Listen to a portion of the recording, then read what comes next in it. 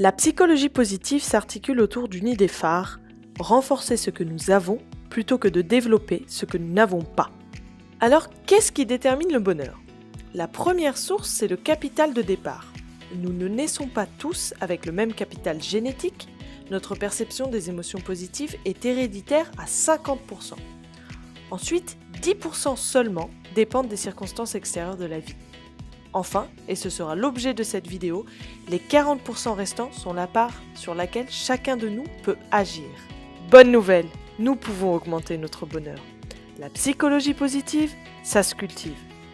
Alors, comment accroître son niveau de bien-être ? C'est ma proposition pour cette vidéo à travers 6 axes à implanter dans votre quotidien. La première thématique, c'est le lien social. D'après les recherches, les relations sont le premier facteur d'accroissement du bien-être. De bonnes relations nous rendent plus heureux et en meilleure santé. Pour une journée florissante, nous avons besoin de 6 heures de temps dit social.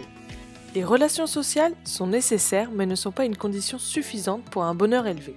Il faut surtout que ces relations sociales soient fortes. Cela répond aux besoins d'appartenance théorisés par Maslow. Une pratique pour rendre ces relations plus durables et satisfaisantes, l'écoute active.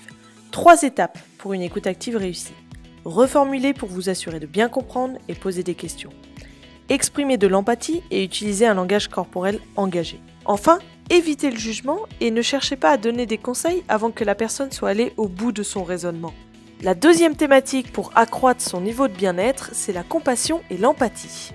La compassion, c'est vouloir améliorer le bien-être de quelqu'un qui souffre. L'empathie, c'est comprendre ce que quelqu'un ressent et éprouver les mêmes sentiments avec lui. Une pratique pour développer la compassion et l'empathie, les 5 actes de bienveillance. Cette pratique vous demande d'accomplir 5 actes de gentillesse en un jour, qu'ils soient petits ou grands. Les effets des actes de bienveillance peuvent être profonds, non seulement sur le destinataire, mais aussi et surtout sur le donneur. Le troisième axe à cultiver, c'est la gratitude. On distingue 2 niveaux de gratitude.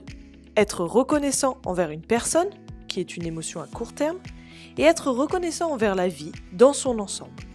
Une pratique pour mettre ses lunettes de gratitude.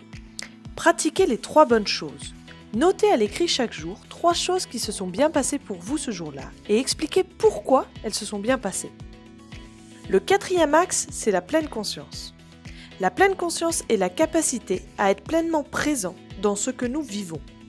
Lorsque nous sommes conscients, nous réduisons le stress, améliorons la performance et augmentons notre attention au bien-être des autres. La pleine conscience peut être cultivée à travers la méditation et le balayage corporel.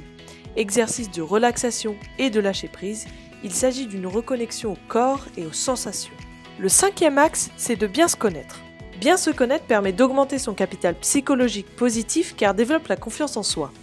La pratique est de s'appuyer sur ses forces afin de gagner en assertivité et en optimisme. Enfin, le 6e axe, c'est l'optimisme. L'optimisme se définit comme le savoir que l'on va réussir maintenant et dans le futur et que les choses auront une issue favorable. Une pratique, le meilleur soi possible. Visualisez-vous dans le futur, tout s'est passé pour le mieux, vous êtes devenu la personne que vous vouliez être. Imaginez-vous qu'une amie vous présente à des gens.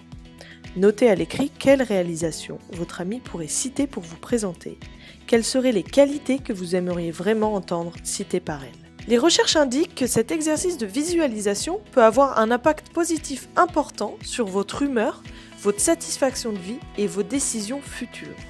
En conclusion, vous êtes l'acteur de votre bien-être dans la vie. L'idée de tout ça, c'est de se dire comment dès demain, je peux mettre en place des pratiques qui vont influencer positivement mon chemin de vie. Et si on apprenait comment faire pour être plus heureux ? Le bonheur a un impact sur notre humeur, notre satisfaction de vie et notre santé. La psychologie positive ne nie pas le négatif, elle renforce le positif. Alors appuyez-vous et faites grandir vos forces pour un bonheur plus élevé et durable, plutôt que vouloir à tout prix modifier vos faiblesses. Et rappelez-vous une chose, si vous ne changez rien, rien ne changera. LVOR est un cabinet de coaching, de formation, de facilitation, de co-développement. Suivez notre actualité sur Facebook, YouTube, LinkedIn et partagez cette vidéo si elle vous a plu. Moi, c'est Camille Lamouille. Mettez de la lumière dans votre vie.